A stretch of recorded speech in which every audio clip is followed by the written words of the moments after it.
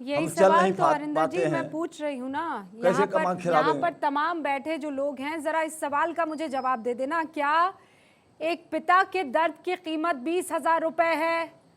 क्या बिहार में पत्रकार के हत्या के बाद सीएम साहब को 20,000 रुपए का चेक इस तरीके से पूजा यादव के घर पर पहुंचाना चाहिए था? कैसे निकाल के दिया? जवाब दीजिए अग्निहोत्री जी। 20,000 रुपए, एक पत्नी के दर्द की कीमत, बच्चे के भविष्य की कीमत, गवाही का खौफ कंधे पर लेकर चलने की कीमत, एक पिता जिसने अपने दोनों बेटे खो दिए और सिर्फ इसीलिए क्योंकि वहां पर बेखौफ है बदमाश बिहार में। देखिए, इस मामले में मैं अपने अग्रज रामकृपाल जी की बात से पूर्णतः सहमत हूं कि इस तरह का हद्दा मजाक करके 20,000 रुपए का चेक भेज करके दूसरी बार हत्या हुई विमल यादव की।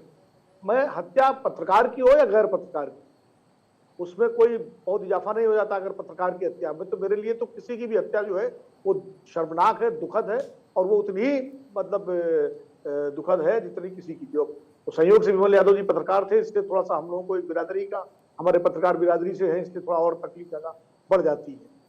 निश्चित रूप से देखिए, हत्या होती है, हत्या के बाद प्रशासन, पुलिस किस तरह से व्यवहार करता है, ये बहुत महत्वपूर्ण है। पहली बात तो 2 साल से अगर वो लाइसेंस मांग रहे थे रिवॉल्वर का, तो उसको देने में क्यों देरी हुई भाई?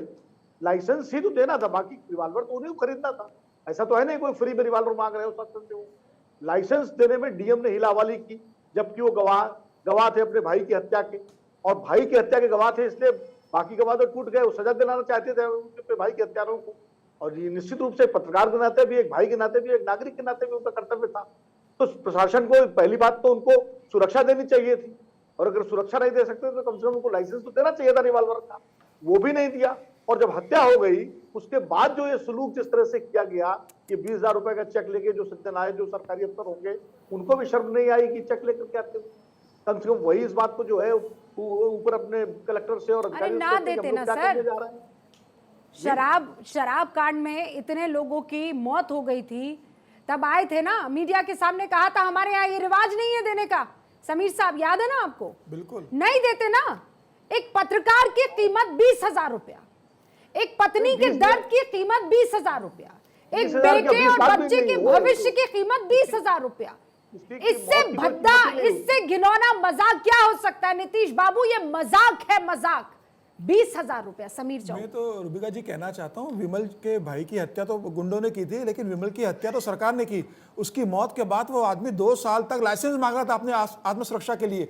वो बिहार में अपराधी अवैध हथियारों के साथ घर में आ रहे हैं, घर का दरवाजा खटखटा रहे हैं, घर से बुला के घर में घुस के मार रहे हैं एक पत्रकार को, एक नागरिक को। आप सोचिए क्या हालत है। और जो अपनी जान बचाना चाहता है, जो न्याय अपने भाई को दिलवाना चाहता है, उसके लिए सरकार सुनवाई नहीं कर रही है। और 20,000 रुपये, शर्म नहीं आती नीतीश सरकार को? मुझे लग रहा है नीतीश कुमार और उनकी पूरी सरकार एक इंसान होने की जो न्यूनतम योग्यता होती है वो भी खो चुकी है।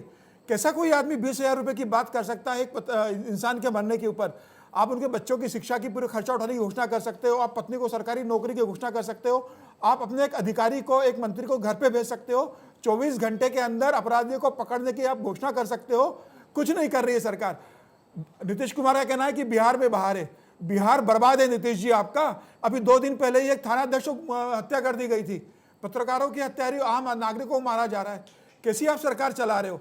मुझे लग रहा है कि नीतीश कुमार जब से तेजस्वी के साथ आए वे भूल गए कि सुशासन कैसा होता है। जब बीजेपी के साथ थे तो थोड़ा उन्हें समझ में था कि सरकार कैसे चलाई जा सकती है।